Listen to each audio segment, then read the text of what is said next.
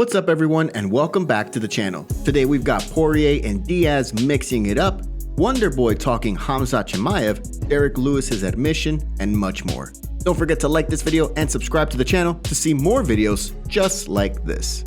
Now let's get into it. Dustin Poirier says he's up for fighting Nate Diaz this month. Oh, what might have been. An injury took away what could have been an electric fight at UFC 230 back in 2018, a fight between Nate Diaz and Dustin Poirier. An injury to the diamond prevented that from happening, and Diaz eventually took on Anthony Pettis, beating the former lightweight champ at UFC 241 before losing back-to-back fights to Jorge Masvidal and Leon Edwards. Still, Nate Diaz remains a massive fan favorite and recently had his UFC contract extended by the promotion. Poirier, meanwhile, is coming off a loss at the hands of Charles Oliveira, who submitted him in the main event at UFC 269 last Saturday for the lightweight title. But something could be brewing between the two, if social media is anything to go by. It all began when an MMA reporter posted a photo of Poirier and Diaz facing off at a press conference for their UFC 230 bout that never materialized. Diaz then reposted the photo and said, quote, "I'll fight DP in January. Don't be a scared little this time, now or never."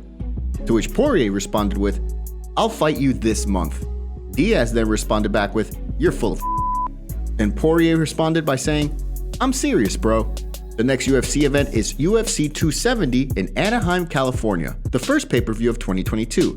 Could this actually come together by then? Do you believe there's a possibility the UFC would actually put this fight together? Let us know in the comments below.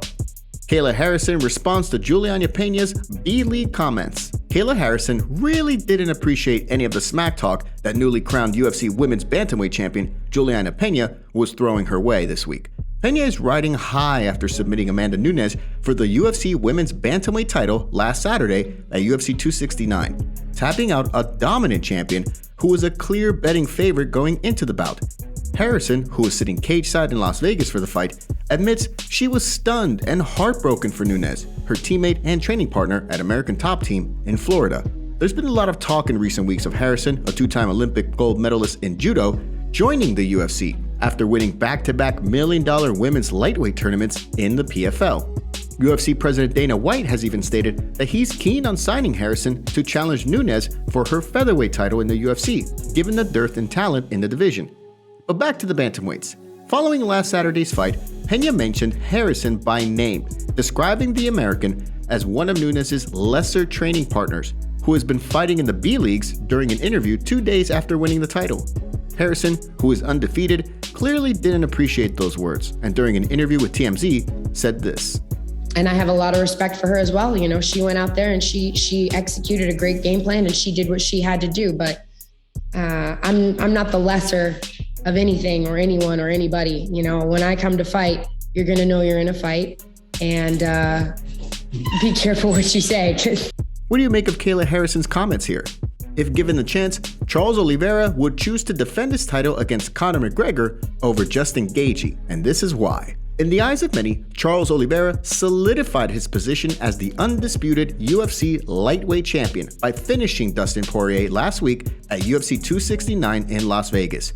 Oliveira tapped who many called the best lightweight in the world right now in Poirier, with a standing rear naked choke in the third round, coming back from being knocked down early in the fight. Now with the lightweight title firmly in his grasp, along with the most finishes, most submissions, and most bonuses in UFC history, he believes that, if given the chance, he would fight the guy who headlined the 6 most successful pay-per-views in the promotion's history in Conor McGregor. He would do this even if it meant skipping other, more worthy contenders like Justin Gaethje. The reason? It's all about the Benjamins, baby. Case in point, he said this while on the Portuguese language podcast Trocação Franca this week. "If I had the chance in the past to fight for the belt or fight Conor, everybody knows I'd fight for the belt. That already happened. I'm the champion right now. The champion has a name, and his name is Charles Oliveira, Charles the Bronx. If I had the chance to fight Conor for money today, I would. The belt is mine and continues being mine. We'll continue building our legacy and making history." He went on to say, quote, "If I had the opportunity to fight Conor, I would definitely fight Conor. The belt is mine regardless. The division has to get by and wait a little bit. There's nothing else to do. We have to think about our families, our children, think about what we can do down the line." Oliveira has been in the promotion coming up on 12 years, and in all the highs and lows of his time in the UFC, he's finally captured gold in perhaps the toughest division in the UFC. McGregor, a former champ, who was also a former lightweight champion, is still nursing a broken leg. A matchup between the two is unlikely to take place before next summer, which is when McGregor's coach, John Kavanagh, wants the Irishman to return to the cage, if all goes well with his rehab. At the moment, Oliveira is meant to defend his title against Justin Gaethje sometime next year, although a date has yet to be set since he only just defended his title against a tough opponent in Poirier just a few days ago. But what do you think? Do you believe the UFC would also set this up if, say, Oliveira beats Gaethje and McGregor is healthy? Do you think the UFC would skip other potential contenders like Islam Makhachev for another McGregor headline pay-per-view event against the lightweight champion? Do you think the UFC would throw McGregor another opponent first, before that would ever happen? Or do you think the UFC has to let McGregor climb the ranks, beat several opponents, before he would fight for a title again? Jake, you said up there that you would do an MMA fight. You said 100%. Yeah, for sure I will. You mean that? Yeah, people seem to forget that, I was a state wrestler at Division I in Ohio, one of the hardest wrestling states. And I don't see why, if I can do boxing at this high of a level, that I couldn't do MMA at this high of a level. I'm going to go get coached up by Jav Mendez, Team Khabib, and that's You've that. Spoken to them? Yeah, they're down. Really? 100%. Who would be the opponent? Shit, I don't even know. I got to finish up. I got to go 10-0, 12-0 in boxing first, and then I'll hit that MMA fight. Don't forget to take a second to hit that like button and subscribe to the channel to stay up to date on the latest fight news.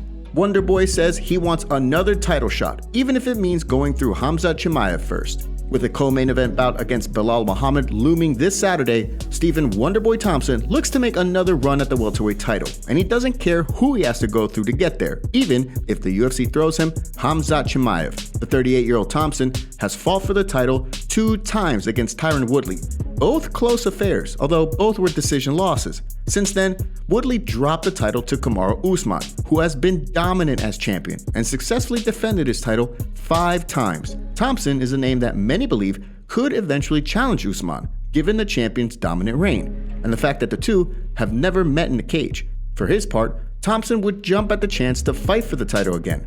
But what if the UFC pairs him up against Khamzat and his hype train? Well, during his media day press conference this week, he was asked this very same question, and this is what he said. Yeah, he's definitely, man, a tough guy. To see him against Hermanson was like, what? That guy's a welterweight. He looked bigger than Hermanson did. Yeah. I mean, that's a scary guy right there with that quality of wrestling, man. It's ridiculous. So, I mean, at some point in time, we'll probably be facing each other. Yeah, for sure. You know, that's along with a lot of these up-and-coming guys. You got Sean Brady right there with him. So I could be facing any one of those guys. Those two would be a great fight too. But I could see myself facing those guys for sure in the future. Thompson, ever respectful, is clearly impressed with the younger crop of fighters in the welterweight division. But a convincing win over Muhammad this Saturday could be the start of another run at the welterweight title, if Thompson plays his cards right. What do you think about Thompson's comments about Khamzat? And do you think the UFC would actually match the two up sooner than later? And who do you think would win that fight? Derrick Lewis admits he put too much pressure on himself in UFC heavyweight interim title fight. 4 months after losing the interim heavyweight title fight to Cyril Gane, Derrick Lewis is set to step back into the cage this Saturday in a headlining fight against Chris Daukaus. It's been a crazy yet disappointing year for Lewis, who finally got another opportunity to fight for the UFC heavyweight gold, but came up short, losing by TKO in the 3rd round by Gane in front of his hometown fans in Houston, Texas. Now, with his first fight back since that loss just days away, Lewis is looking back at what happened in that fight, admitting that he let the moment become too big for him in his eyes. Case in point, during his media day conference with reporters this week, this is what he said. Man, it was just overwhelming fighting in my hometown, all that pressure I had on me. I put all that pressure on myself, it would have been, 13 years, Bob? Since the day I got out of prison. It would have been 13 years the day I got out of prison and winning the title for the UFC heavyweight champion. It would have I put so much pressure on myself, it's just very nerve-wracking.